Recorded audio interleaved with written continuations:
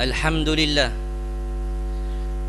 Alhamdulillahil qail wasari'u ila maghfiratin min rabbikum wa jannatin 'arduha as-samawati wal ard u'iddat lil muttaqin.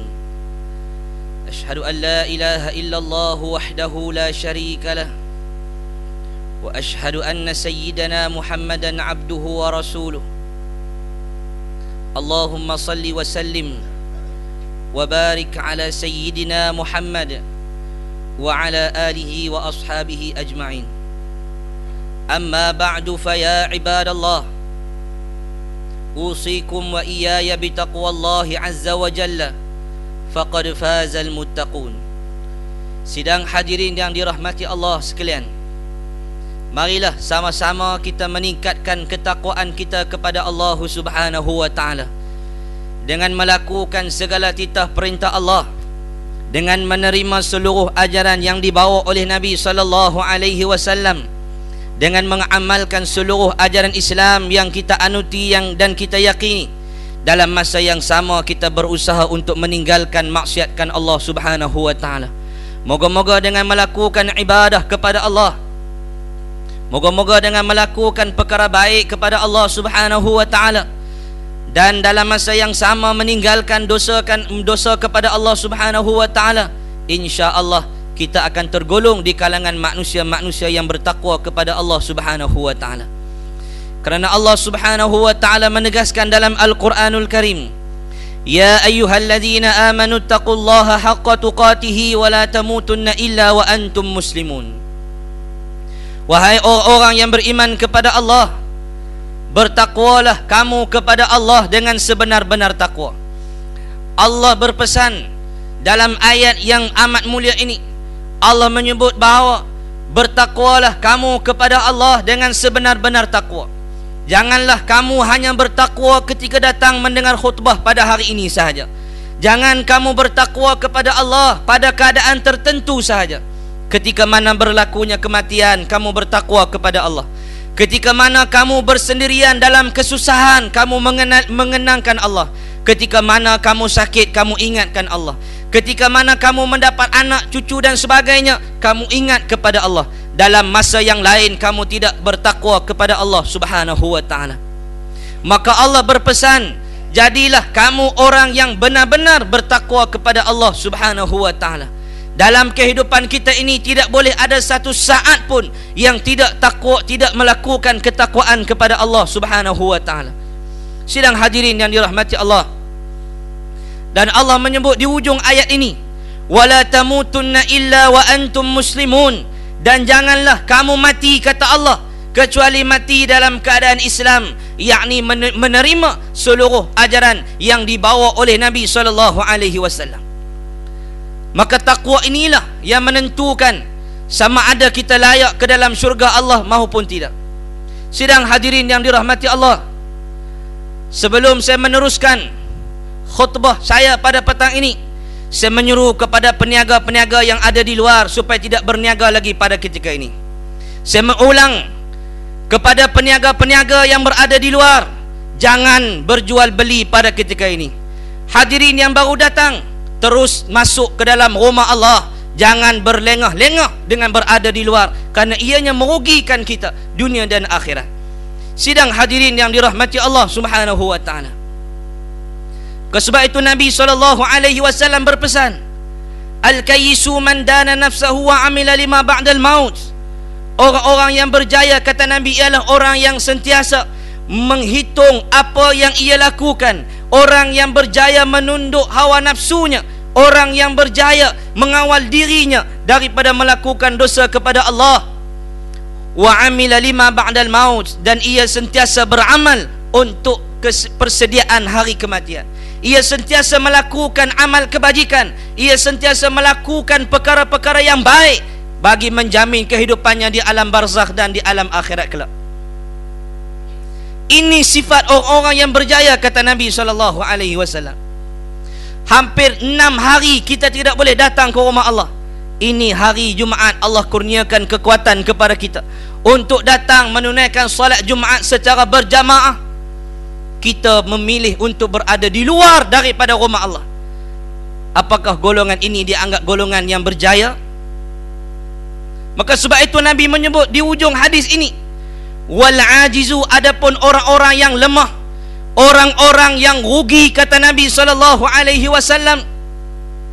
Dalam riwayat yang lain Nabi menyebut wal ahmaqu, adapun orang yang bodoh, kata Nabi, man atba'a nafsahu hawaha, orang yang sentiasa mengikut hawa nafsunya.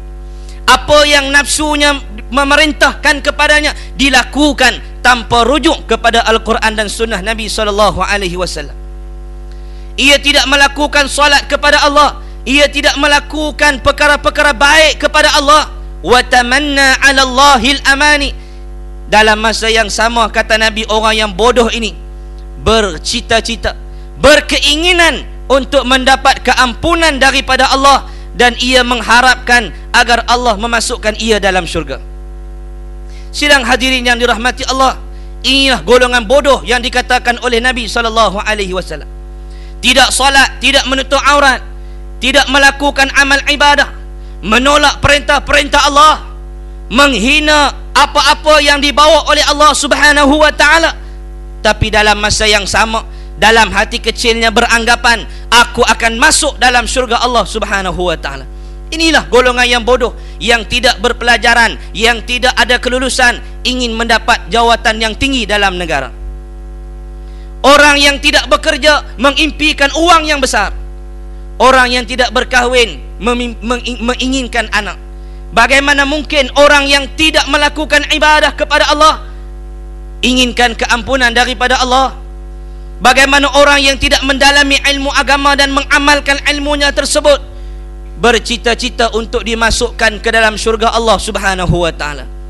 Sidang hadirin yang dirahmati Allah, ayat yang saya bacakan dalam muqaddimah khutbah saya pada hari ini, Allah menyebut wasari'u ila maghfiratin min rabbikum, bersegeralah kamu orang-orang yang beriman kepada Allah, bersegeralah kalian semua memohon keampunan daripada Allah Subhanahu wa ta'ala. Kita berada di permulaan Zulhijjah, bulan yang Allah letakkan padanya ibadat kurban, ibadat haji yang begitu besar dalam Islam.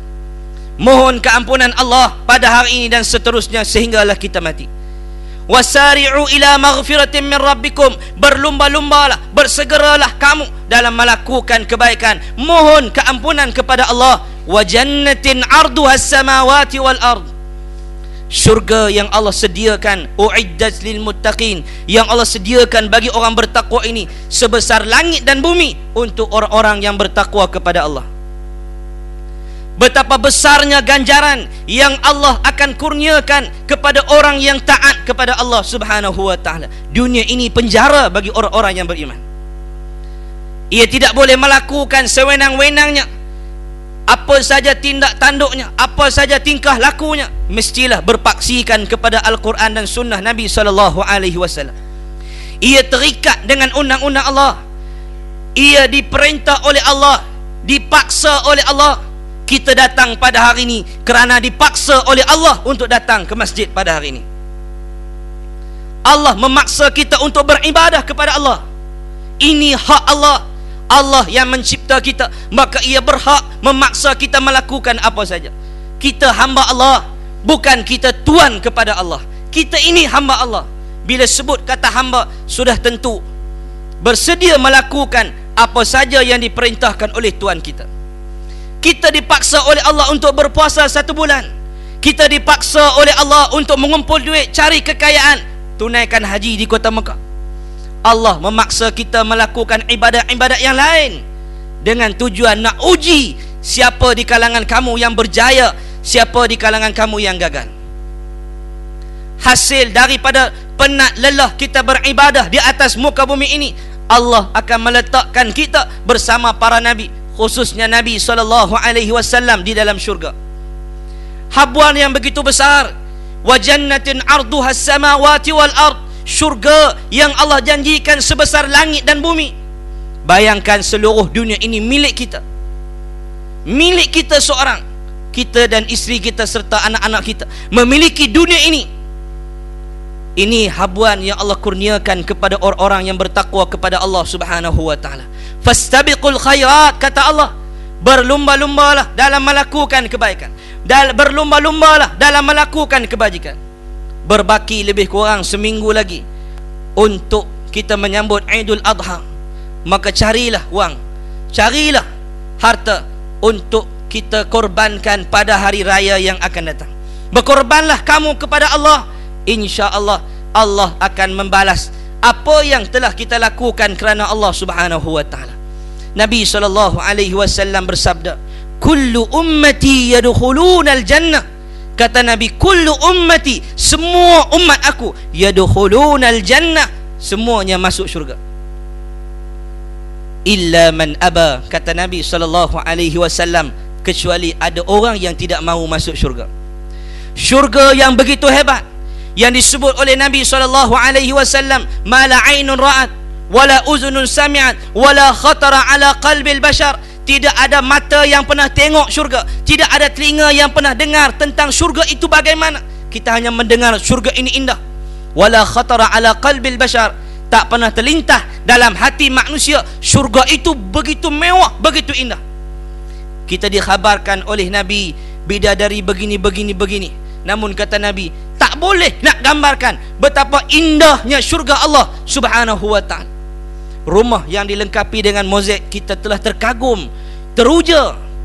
Ini kan pula syurga Allah, dibuat daripada batu permata, intan dan sebagainya. Allah sediakan syurga ini, kata Nabi, kullu ummati yadkhuluna al-jannah, semua umat aku masuk syurga Allah, illa man aba, kecuali orang yang tidak mahu masuk. Kecuali ada kumpulan yang tidak mahu masuk dalam syurga Allah. Semua boleh masuk kecuali illa man aba. Sahabat bertanya, qila wa man ya'ba ya Rasulullah, siapa yang tidak mahu masuk syurga kamu wahai Rasulullah? Khabarkan kepada kami ya Rasulullah, beritahu siapakah orang yang bodoh yang tidak mahu masuk syurga Allah. Nikmat yang begitu besar Allah kurniakan kepada kita. Isteri yang cantik, bidadari yang cantik, wazillim mamdud, mempunyai tempat teduhan pokok yang kita menaiki kenderaan 100 tahun tidak habis lagi teduhan pokok tersebut. Wazillim mamdud wa ma'im maskub, air yang diletakkan dalam bekas-bekas yang cantik. Wa fakihatin katsira, buah-buahan yang begitu banyak tanpa terputus walaupun sedikit. Ini yang dikurniakan oleh Allah kepada kita. La maqtu'ati wa la mamnu'ah, tidak terhenti buah itu, tidak terpotong, maknanya tidak habis-habis buah itu. Wala mamnu'ah, tidak ditegah untuk makan, boleh makan banyak mana sekalipun. Sahabat merasa hairan, ada kumpulan yang tidak mahu masuk syurga Allah. Maka Nabi menjawab, man ata'ani dakhalal jannah wa man asani faqad aba, atau kama qala. Barang siapa yang mentaati perintah aku, yakni perintah Rasulullah dan perintah Allah. Nabi tidak bercakap menggunakan nafsunya. Wa ma yantiqu 'anil hawa in huwa illa wahyun yuha. Nabi tidak bercakap dengan nafsunya, bahkan Nabi bercakap berdasarkan wahyu yang diutuskan oleh Allah melalui Jibril alaihi salam. Maka Nabi sebut, siapa yang taat aku, yakni taat kepada perintah Allah, dakhalal jannah, ia layak masuk syurga Allah. Wa man asani, siapa yang memaksiatkan aku, siapa yang derhaka kepada aku, siapa yang ingkar perintah aku, ialah orang yang aba, yakni orang yang tidak mahu masuk syurga Allah Subhanahu wa ta'ala. Sidang hadirin yang dirahmati Allah, dalam masa 1 minggu ini lebih 10 kali saya mengadakan ceramah bersama dengan anak-anak remaja. Dalam tempoh seminggu ni lebih 10 tempat yang saya hadir untuk bersama dengan anak-anak remaja, sama ada di sekolah maupun di pusat-pusat pengajian tinggi. Apa yang kita dapati, kehadiran mereka dalam kelas agama ini amat memberangsangkan. Tetapi yang kita nampak, kejahilan itu terzahir pada diri mereka, dengan pakaian mereka, dengan fashion rambut yang mereka buat.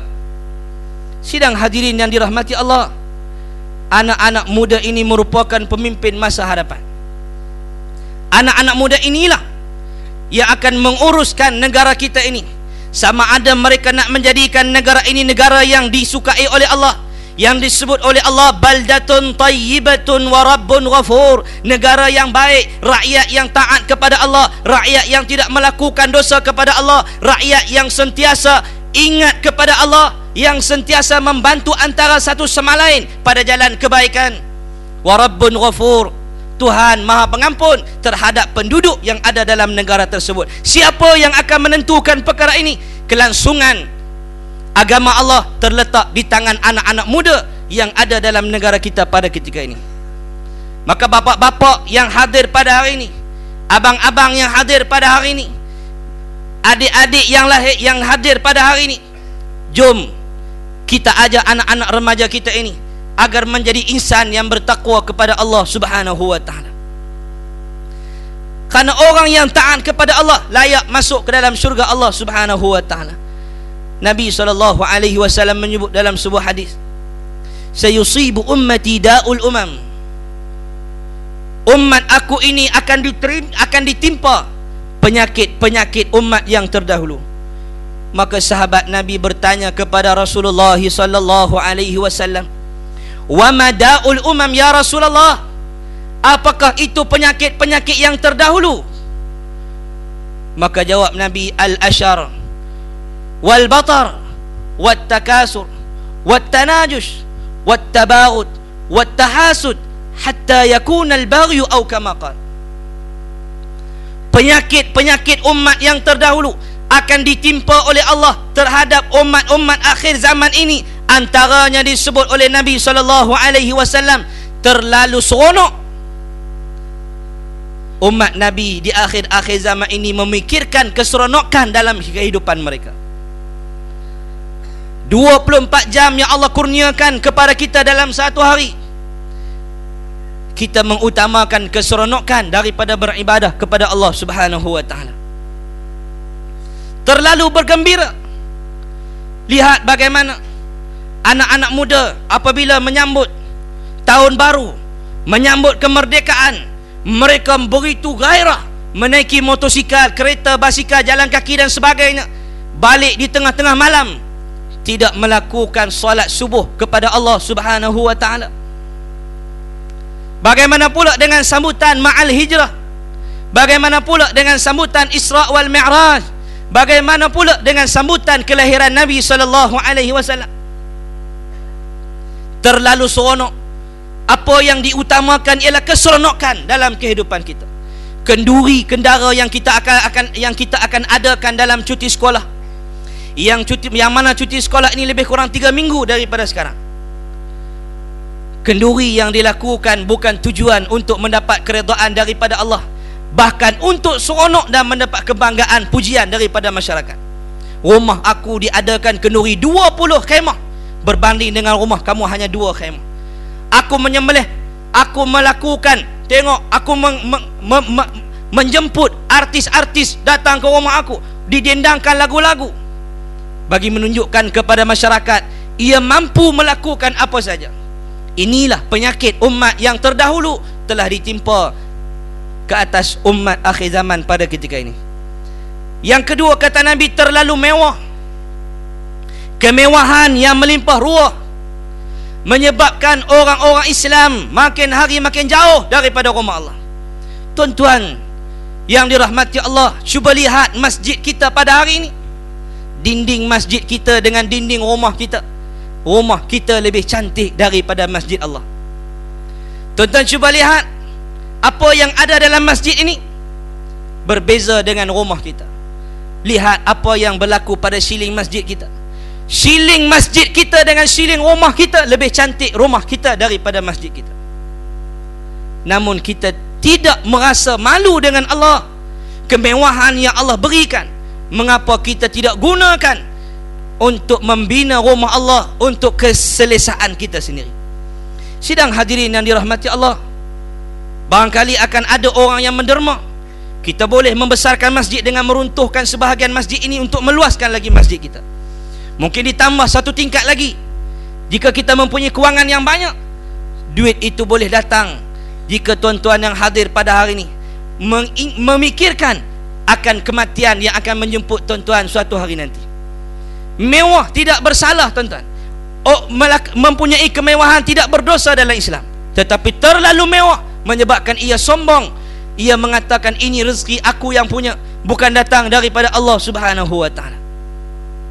Antara penyakit yang ditimpakan kepada umat akhir zaman ini, kata Nabi sallallahu alaihi wasallam, dengki mendengki, hasud menghasut, bergaduh antara satu sama lain, berniaga, kadang-kadang berkelahi, bertumbuk di pasar malam dan sebagainya. Jiran bergaduh dengan jiran, anak bergaduh dengan bapa, guru ditumbuk oleh anak muridnya, guru ditumbuk oleh para waris. Sidang hadirin yang dirahmati Allah, ini yang dikenakan, ditimpakan oleh Allah kepada umat akhir zaman, kerana mereka sendiri yang berusaha untuk mendapatkan perkara ini dengan kelalaian mereka. Mereka meninggalkan salat, meninggalkan perkara yang wajib. Bahkan ada di kalangan anak-anak muda yang merasa bangga kerana ia tidak berpuasa di bulan Ramadan. Aku bangga kerana aku telah meninggalkan puasa selama 29 hari baru ini. Aku bangga kerana aku telah melakukan perkara yang dikutuk oleh Allah terhadap perempuan sekian-sekian. Merasa bangga dengan maksiat yang ia lakukan. Sudahlah melakukan dosa kepada Allah, menceritakan kejadian yang terkutuk itu kepada orang lain, dan merasa bangga dengan dosa keji yang dilakukan oleh fulan tersebut. Inilah punca-punca kepada datangnya kemurkaan Allah Subhanahu wa taala. Sidang hadirin yang dirahmati Allah, marilah sama-sama kita pada hari ini yang penuh dengan keberkatan ini, marilah sama-sama kita muhasabah, menghitung kembali berapa kali aku khatam Al-Quran dalam hidup aku. Marilah sama-sama kita menghayati berapa kali aku salat qiyamul lail kepada Allah. Dalam bulan ini berapa kali aku telah qiyamul lail. Berapa ringgit yang telah aku dermakan di jalan Allah dalam bulan 10 ini. Berapa banyak hadis yang aku pelajari dalam bulan ini. Berapa banyak kitab sirah Nabi yang telah aku pelajari. Sejauh manakah aku mengenali Nabi SAW yang merupakan soalan wajib di alam barzakh. Siapa Nabi kamu? Sejauh mana kita mencintai Allah dan mencintai Nabi SAW. Sejauh mana kita mencintai Al-Quranul Karim yang juga merupakan soalan di alam barzakh. Berapa jauh cinta kita kepada orang-orang saleh yang juga merupakan jawapan di alam barzakh. Apakah amalan yang telah kita siapkan untuk berhadapan dengan kematian? Mampukah kita yang ada dalam masjid pada hari ini mengangkat tangan dengan berkata, aku layak masuk syurga Allah jika dimatikan pada ketika ini? Mampukah kita menyelamatkan diri kita daripada lubang liang lahat yang begitu sempit? Mampukah kita mendapat nikmat daripada Allah Subhanahu wa taala? Sebab itu marilah sama-sama saya mengajak tuan-tuan, terutamanya diri saya, untuk terus kita bermuhasabah sebelum Allah menghitung kita, sama ada daripada rezeki kita, amalan kita, ilmu kita. Marilah sama-sama saya mengajak tuan-tuan yang belum pernah hadir ke kelas-kelas pengajian, berhijrahlah daripada berada di rumah, berhijrahlah ke masjid untuk menuntut ilmu. Kepada para jamaah yang telah mengikuti kelas-kelas pengajian, saya menyeru supaya berhijrah daripada menuntut ilmu kepada mengamalkan ilmu yang kita pelajari. Jangan datang belajar, simpan ilmu di dalam kitab. Yang belum belajar, berhijrah untuk belajar. Yang telah belajar, berhijrah untuk mengamalkan apa yang dipelajari. Dan marilah sama-sama kita beristiqamah di atas agama Allah. Moga-moga kita dimasukkan ke dalam syurga suatu hari nanti di padang mahsyar insya-Allah. Barakallahu li wa lakum bil Qur'anil azim, wa nafa'ani wa iyyakum bima fihi minal ayati wa dzikril hakim. وتقبل مني ومنكم تلاوته إنه هو السميع العليم. أقول قولي هذا وأستغفر الله العظيم لي ولكم ولسائر المسلمين والمسلمات فاستغفروه فيا فوز المستغفرين ويا نجاة التائبين. اللهم صل على محمد